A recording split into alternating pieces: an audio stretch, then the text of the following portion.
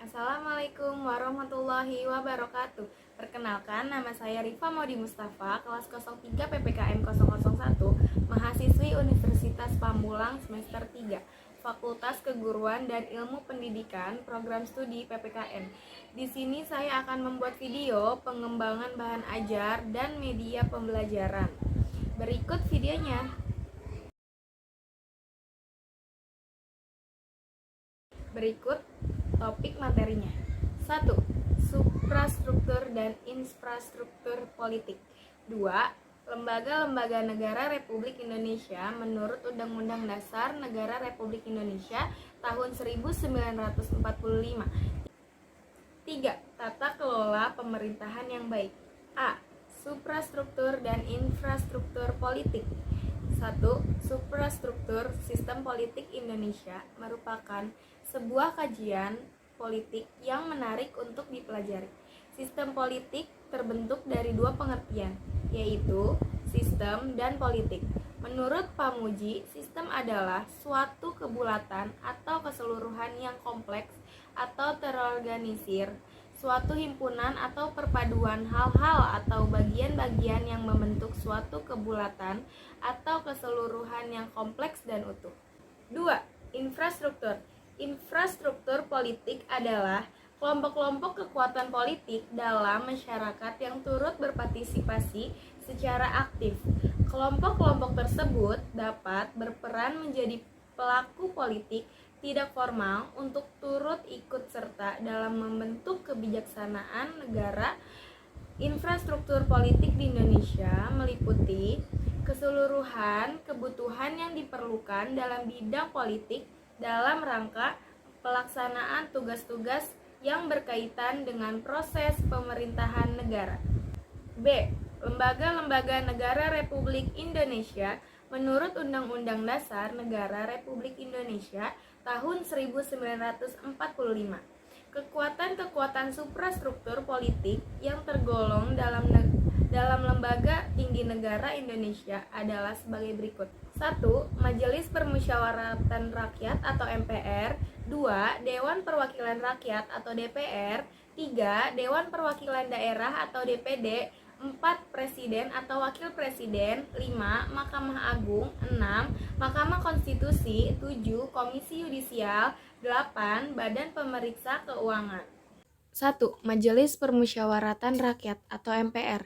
Tugas dan wewenang MPR adalah berwenang mengubah dan menetapkan undang-undang dasar, melantik presiden atau wakil presiden, dan hanya dapat memberhentikan presiden dan wakil presiden dalam masa jabatannya menurut Undang-Undang Negara Republik Indonesia tahun 1945 sesuai pasal 3 ayat 1, pasal 2, dan ayat 3.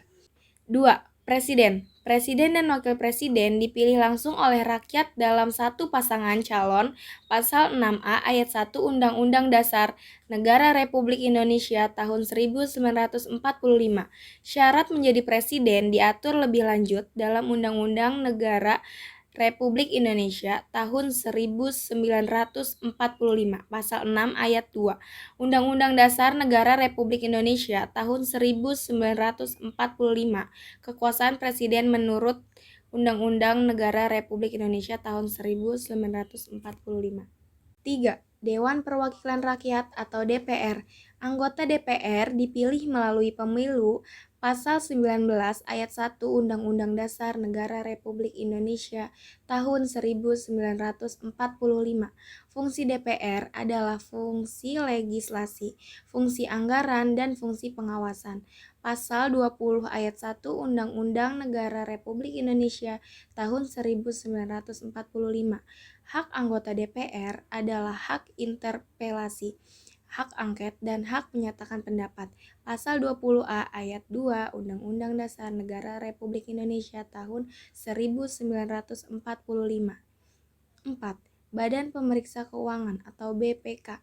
BPK merupakan lembaga yang bebas dan mandiri dengan tugas khusus untuk memeriksa pengelolaan dan tanggung jawab keuangan negara. Pasal 23E ayat 1 Undang-Undang Dasar Negara Republik Indonesia tahun 1945. 5. Mahkamah Agung atau MA. MA merupakan lembaga negara yang memegang kekuasaan kehakiman di samping sebuah Mahkamah Konstitusi di Indonesia. Pasal 24 ayat 2 Undang-Undang Dasar Negara Republik Indonesia tahun 1945. 6. Mahkamah Konstitusi atau MK. A. Mahkamah Konstitusi memiliki kewenangan 1. Mengadili pada tingkat pertama dan terakhir undang-undang terhadap Undang-Undang Dasar Negara Republik Indonesia tahun 1945. 2.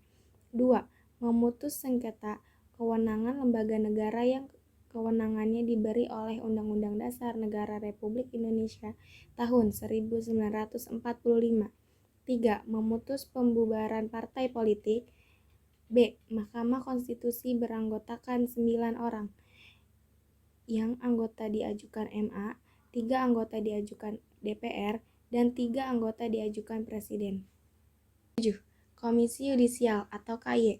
KY berwenang mengusulkan pengangkatan Hakim Agung serta menjaga dan menegakkan kehormatan, keluhuran, martabat, dan perilaku hakim. Pasal 24 ayat 1 Undang-Undang Dasar Negara Republik Indonesia tahun 1945. 8. Dewan Perwakilan Daerah atau DPD. A. DPD merupakan bagian keanggotaan MPR yang dipilih melalui pemilu dari setiap provinsi. B. DPD merupakan wakil-wakil provinsi. C. Anggota DPD berdomisili di daerah pemilihannya selama bersidang bertempat tinggal di Ibu Kota Negara Republik Indonesia. Undang-Undang Nomor 22 Tahun 2003. C. Tata kelola pemerintahan yang baik.